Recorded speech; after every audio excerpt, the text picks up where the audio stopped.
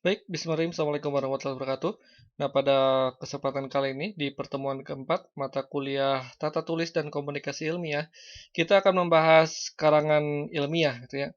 Nah, sebelum kita membahas lebih lanjut, kita akan membahas dulu apa itu karangan ilmiah. Jadi definisi dari sebuah karangan, gitu ya. Nah, ini menurut Broto Wijoyo, karangan ilmiah atau karangan ilmiah gitu ya, karya ilmiah atau karangan ilmiah ini adalah sebuah karangan ilmu pengetahuan yang menjanjikan fakta yang ditulis menurut metodologi penulisan yang baik dan benar gitu ya. Nah, kalau menurut Eko Susilo, ini karangan ilmiah adalah suatu karangan atau tulisan yang diperoleh sesuai dengan sifat keilmuannya gitu ya, dan didasari oleh hasil pengamatan, peninjauan, penelitian dalam bidang tertentu. Nah, ini disusun menurut metode tertentu gitu ya, dengan sistematika penulisan yang bersantun, berbahasa gitu ya, dan isinya dapat dipertanggungjawabkan kebenaran dan keilmuannya gitu ya. Nah, itu menurut beberapa ahli. Nah, jadi kalau didefinisikan apa itu karangan ilmiah? Jadi mata kuliah ini kan mata kuliah tata tulis ilmiah gitu ya. Ini tidak akan beda jauh, tidak akan eh, keluar jauh dengan dari yang namanya karangan atau karya ilmiah. Nah, karya ilmiah ini bisa disebut juga adalah hasil sebuah tulisan yang mengungkapkan sebuah ide gitu ya, atau perasaan atau pemikiran pengarang dalam suatu kesatuan tema yang utuh gitu. Jadi kalau kakak kelas Anda contoh membuat sebuah situs atau membuat sebuah aplikasi atau membuat sebuah alat menggunakan Arduino, maka dibuatlah sebuah jurnal. Nah, itu jurnalnya hasil penelitian, hasil karangan, hasil pemikiran, hasil ide gitu ya. Nah, terus hasil penjabaran dari suatu gagasan secara resmi dan teratur dengan suatu topik atau pokok bahasan. Nah, setiap karangan ini yang ideal pada prinsipnya merupakan sebuah uraian yang lebih tinggi atau lebih luas dari sebuah alinea gitu ya. Nah, ada beberapa jenis karangan ilmiah yang mungkin sering kita ketahui atau mungkin sering kita temui gitu ya. Contoh skripsi gitu ya atau tugas akhir kalau di teknik, terus ada tesis untuk S2, ada disertasi untuk S3, terus juga ada artikel ilmiah ya, ada jurnal ilmiah, laporan ilmiah, proposal, dan berbagai makalah dalam buku ilmiah yang ditulis berdasarkan hasil riset. Nah, nanti di tugas besar Anda ini membuat sebuah karangan atau jurnal ilmiah gitu ya, yang mungkin memang didasarkan dari sebuah penelitian atau sebuah apa ya, sebuah hasil ide Anda gitu ya. Nah, nanti mungkin akan dibahas lebih lanjut gitu untuk tugas besar itu seperti apa. Tapi hasil akhirnya itu adalah sebuah jurnal ya. Nah, ada manfaat, ada beberapa manfaat ketika Anda membuat atau ketika, karya ilmiah itu dibuat gitu ya. Jadi beberapa manfaat penyusunan karya ilmiah. Yang pertama, biasanya kan kalau seandainya di dalam sebuah, tugas kerja praktek gitu ya atau mungkin juga tugas akhir, biasanya ada manfaat, tujuan, atau identifikasi atau apa gitu ya. Nah, di dalam karya ilmiah secara garis besar, manfaat ini adalah contoh untuk penulis ya. Nah, ini penulis dapat terlatih mengembangkan keterampilan membaca yang efektif. Jadi, karena sebelum menulis karya ilmiah, ia mesti membaca dahulu. Jadi kepustakaannya, studi pustakanya, keilmuannya, dasarnya gitu ya. Yang ada pada relevansi dengan topik yang hendak dibahas. Nah, terus penulis juga ini dapat dilatih menggabungkan hasil bacaan dari berbagai sumber ya, dari berbagai referensi. Nah, ini mengambil sarinya dan mengembangkan ke tingkat pemikiran yang lebih matang. Jadi hasil dari A, hasil dari B, maka kita membuat ide dari hal-hal itu gitu. Jadi sebuah ide yang C gitu ya. Nah, terus penulis juga dapat meningkatkan keterampilan dalam mengorganisasi dan menyajikan data dan fakta secara jelas dan sistematis. Nah, ini penulis dapat memperoleh kepuasan intelektual. Jadi, ada beberapa hal ya. Contoh penulis dapat meningkatkan keterampilan, ini otomatis ya. Jadi, data fakta seandainya Anda memang benar-benar membuat sebuah karya ilmiah dan data fakta Anda memang sudah diuji, pasti Anda ketika mempresentasikan karya ilmiah itu memang sudah sangat apa ya, sudah sangat menguasai gitu ya. Nah, jadi kalau bisa disebut, adalah kepuasan intelektual itu mungkin juga bisa ya. Jadi ada sebuah kebanggaan. Jadi Anda meng menge-share ilmu keilmuan Anda gitu ya, membuat sebuah ilmu baru dari beberapa dasar atau membuat sebuah teori ya. dari dasar yang pemikiran Anda sendiri dibuat sebuah jurnal dan itu bisa disebut sebagai sebuah intelektual, sebuah pemikir ya, seorang pemikir. Nah, ada beberapa macam karangan. Nah, ini ada jenis-jenis karangan. Yang pertama ada karangan deskripsi, ada eksposisi, ada persuasi, argumentasi, dan narasi. Nah, nanti kita akan bahas satu persatu di sini. Nah, yang pertama ada karangan deskripsi. Nah, ini karangan deskripsi dia adalah suatu karangan yang menggambarkan suatu keadaan atau kejadian atau peristiwa yang jelas, ya, sejelas mungkin, sehingga pembaca dapat mendapatkan kesan seperti melihat sendiri atau menggambarkannya hal tersebut gitu ya. Nah, ada beberapa karangan ciri-ciri dari sebuah karangan deskripsi. Yang pertama ini berhubungan dengan panca indera, entah itu pendengaran, entah itu penglihatan, penciuman, segala macam. Lalu dideskripsikan, diungkapkan, entah itu melalui kata-kata atau melewati sebuah tulisan ya. Terus menggunakan objek yang dapat dengan pengamatan bentuk, warna, keadaan objek, dan secara langsung gitu ya. Nah, terus ada unsur perasaan yang lebih tajam daripada pemikiran ketika kita masuk ke objek tersebut. Nah, ini ada contoh sebuah karangan deskripsi. Nah, lapangan sekolah kami berada di tengah-tengah gedung sekolah. Ya. Nah, di setiap sisi lapangan terdapat taman-taman kecil, aneka bunga, dan tumbuhan yang lainnya. Nah, lapangan tersebut ini berukuran 100 kali 120 meter. Lumayan luas, bukan? Gitu. Nah, selain itu, untuk upacara penaikan bendera, kadang kami menggunakan lapangan tersebut untuk bermain basket atau sepak bola. Nah, di sebelah utara, tepatnya di sebelah kelas kami, terdapat tiang bendera, ataupun di sebelah timur barat terdapat ring basket. Nah, di bagian-bagian tertentu ada lubang untuk menggunakan sebagai pancang tiang untuk net volley dan net sepak takraw. Ya. Nah, dari kata-kata tersebut, meskipun tidak ada gambar di samping, mungkin sudah terbayangkan ya sebuah sekolah itu sekolah seperti apa gitu ya. Meskipun ini digambar itu tidak sesuai ya karena tidak ada lapang voli dan lapang basketnya. Ini cuma lapang bola saja. Nah, tapi dari kata tersebut, dari kata-kata kalimat ini kita bisa membayangkan deskripsinya itu seperti apa ya. Ya, jadi kalau meskipun tidak digambarkan sekalipun, kita sudah bisa membayangkan hal itu. Jadi seolah-olah kita sedang didongengan ya, didongengan ketika waktu kecil dan anak kecil itu lagi membayangkan itu termasuk kepada sebuah karangan deskripsi ya. Deskripsi seolah-olah si anak itu membayangkan hal yang terjadi dalam dongeng tersebut ya. Nah, terus ada karangan eksposisi. Nah, ini ialah suatu bentuk wacana atau karangan yang berbentuk menjelaskan atau mengembangkan atau menerangkan suatu gagasan. Nah, tujuannya ini adalah untuk menambah pengetahuan pembaca tanpa berusaha untuk mengubah pendirian atau mempengaruhi sikap pembaca gitu ya. Jadi bersifat netral. Nah, ada beberapa ciri-ciri karangan eksposisi. Yang pertama menjelaskan informasi agar pembaca mengetahuinya. Terus mengatakan sesuatu yang benar-benar terjadi apa adanya gitu ya. Dan dengan faktual. Nah, terus tidak terdapat unsur mempengaruhi atau memaksakan kehendak. Jadi kehendak penulis itu tidak dipaksakan. Nah, terus menunjuk analisis atau penafsiran secara objektif terhadap fakta yang ada gitu ya. Jadi tidak bersifat netral, nanti dikembalikan kepada pembaca. Nah, terus menunjukkan sebuah peristiwa yang terjadi tentang proses kerja suatu ya. Nah, ini ada beberapa contoh karangan eksposisi ya. Nah, karangan eksposisi. Nah, kantor Gubernur Kepala Daerah tingkat 1 Sulawesi Tengah yang representatif ini kini memulai dibangun di Palu.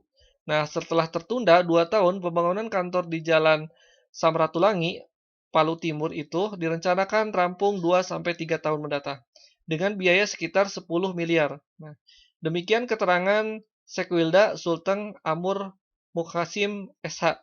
Nah, pada Rabu April 4 bulan 10 ya, di Palu. Ia menjelaskan untuk tahap pertama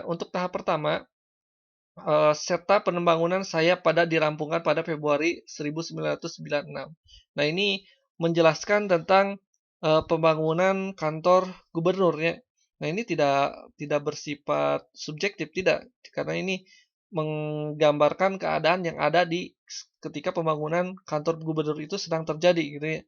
Nah, ini menggambarkan secara netral gitu ya. Tidak ada sangkut pautnya, tidak ada apa ya, tidak ada kepentingan gitu ya di sini. Jadi cuman menggambarkan keadaan yang sesungguhnya ya. Ketika ketika mengerjakan sebuah gedung kantor gubernur ya.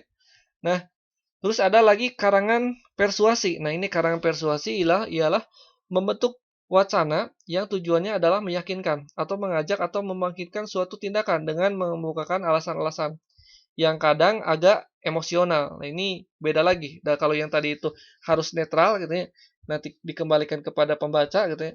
Tapi kalau ini lebih ada unsur emosionalnya. Nah, ini ada beberapa ciri khas karangan persuasi. Yang pertama, menentukan topik dan tema. Terus, merumuskan tujuan, mengumpulkan data dari berbagai sumber, menyusun kerangka karangan, dan mengembangkan kerangka karangan secara persuasi. Nah, ini contohnya eh, salah satu penyakit yang perlu kita waspadai di musim hujan ini adalah infeksi saluran pernapasan ISPA. Nah, untuk mencegah ISPA, kita perlu mengkonsumsi makanan yang bergizi, minum vitamin, antioksidan. Selain itu, kita perlu istirahat yang cukup, tidak merokok, dan rutin berolahraga.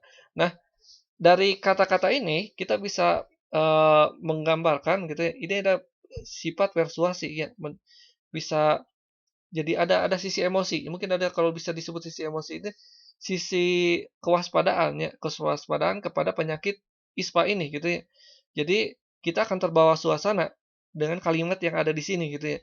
Oh, ternyata ada info seperti ini, ada kalimat persuasi seperti ini, berarti kita harus waspada karena sedang musim hujan gitu ya dan penyakit ISPA mungkin kemungkinan akan menyebar ya. Maka kita perlu makanan yang bergizi, minum vitamin, terus rutin olahraga, tidak merokok, dan istirahat gitu ya. Nah, itu ada langkah-langkahnya di sana ya gitu ya. Jadi kita akan terbawa oleh kalimat ini gitu ya. Jadi tidak netral-netral saja gitu ya, tidak biasa-biasa saja ya. Tidak ada pengaruh ke diri kitanya, tapi ini ada pengaruh ke diri kitanya kalau yang ini. Nah, terus ada karangan argumentasi. Nah, ini beda lagi. Nah, ini adalah sebuah wacana yang berbentuk meyakinkan atau membuktikan kebenaran dari suatu pernyataan. Nah, pendapat atau sikap atau keyakinan. Ya. Nah, dalam argumentasi ini suatu gagasan atau pernyataan dikemukakan dengan alasan yang kuat dan meyakinkan sehingga orang yang membacanya akan terpengaruh dan membenarkan pernyataan tersebutnya. Nah, ini pendapat dan sikap yang diajukan. Jadi ini lebih kepada subjektif ya, subjektif. Tapi nanti secara objektif harus diterima. Jadi kalau di dalam statistik itu kalau yang kemarin itu kan ada deskriptif gitu ya. Nah, ini lebih kepada apa? Lebih kepada dari satu orang diterima ke banyak ya. Nah, ada beberapa ciri karangan argumentasi. Yang pertama berusaha meyakinkan pembaca tentang kebenaran gagasan pengarang sehingga kebenaran itu diakui oleh pembaca. Terus pembuktian ini dilengkapi dengan data, fakta, dan grafik atau bisa juga tabel dan gambar gitu ya. Nah, terus dalam argumentasi ini pengarang juga berusaha mengubah sikap, pendapat atau pandangan pembaca. Jadi diarahkan sifat pembaca ini tidak bersifat objektif.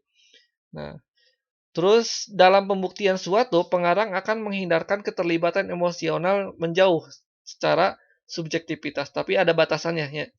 Nah, dalam membuktikan kebenaran, ini pendapat kita dapat menggunakan berbagai macam pola pembuktian. Nah, contohnya ini ada kalimat. Nah, ini adalah contoh dari kalimat argumentasi. Nah, jiwa kepahlawanan harus senantiasa dipupuk dan dikembangkan karena dengan jiwa kepahlawanan, pembangunan di negara ini kita dapat berjalan dengan sukses. Nah, jiwa kepahlawan dapat berkembang menjadi nilai-nilai dan sifat pribadi yang luhur. Nah, jiwa yang besar bertanggung jawab dan berdedikasi, loyal dan tangguh, loyal, tangguh dan cinta terhadap sesama. Nah, semua sifat ini sangat dibutuhkan untuk mendukung pembangunan di berbagai bidang, gitu ya. Nah, karangan argumentasi ini kita mengarahkan si pengarang, si pembuat kalimat ini mengarahkan kita harus memiliki jiwa kepahlawanan, ya. Supaya apa? Jadi supaya argumentasi terhadap sebuah jiwa kepahlawanan itu bisa ditanam, bisa diterapkan oleh diri objek-objek yang lain gitu ya. Sehingga apa? Sehingga ketika punya jiwa kepahlawanan ini ya memang karena apa? Karena dibutuhkan dalam pembangunan sekarang gitu ya. Nah, Jadi ini ada istilah pengarahan gitu ya, diarahkan gitu di sini. Jadi ada kehendak dari penulis, semua pembaca itu harap memiliki jiwa kepahlawanan ya. Jadi diarahkan di sana. Nah, terus ada karangan narasi. Nah, narasi adalah sejenis karangan atau cerita yang isinya mengisahkan atau menggambarkan suatu kejadian atau peristiwa menurut urutan waktu atau secara kronologis. Ya. Nah, kejadian yang dikisahkan ini dapat bersifat khayal atau faktual atau digabungkan dengan keduanya. Nah, narasi ini sering dimasukkan ke dalam golongan karangan fiktif, ya, atau jadi tercakup di dalamnya ialah roman, novel, cerpen, hikayat, tablo, dongeng dan yang lainnya. Nah, ini masuk kalau dongeng ini masuk ke narasi ya. Nah, ada beberapa ciri karangan narasi. Pertama, ini menyajikan serangkaian berita atau peristiwa. Yang kedua, disajikan dalam urutan waktu serta kejadian yang menunjukkan peristiwa awal sampai akhir. Terus menampilkan suatu perilaku, peristiwa atau kejadian. Dan yang terakhir adalah latar, setting dan digambarkan secara hidup dan terperinci gitu ya. Nah, ini contoh karangan narasi. Nah, beratus-ratus tahun Indonesia telah dijajah Belanda. Perang Dunia Kedua pecah dan Belanda di Indonesia kemudian ditaklukkan oleh Jepang. Kini Jepanglah yang menguasai dan mengekang Indonesia. Ini tidak lama memang karena sekutu dapat mengalahkan Jepang dengan dibomnya Hiroshima dan Nagasaki gitu ya.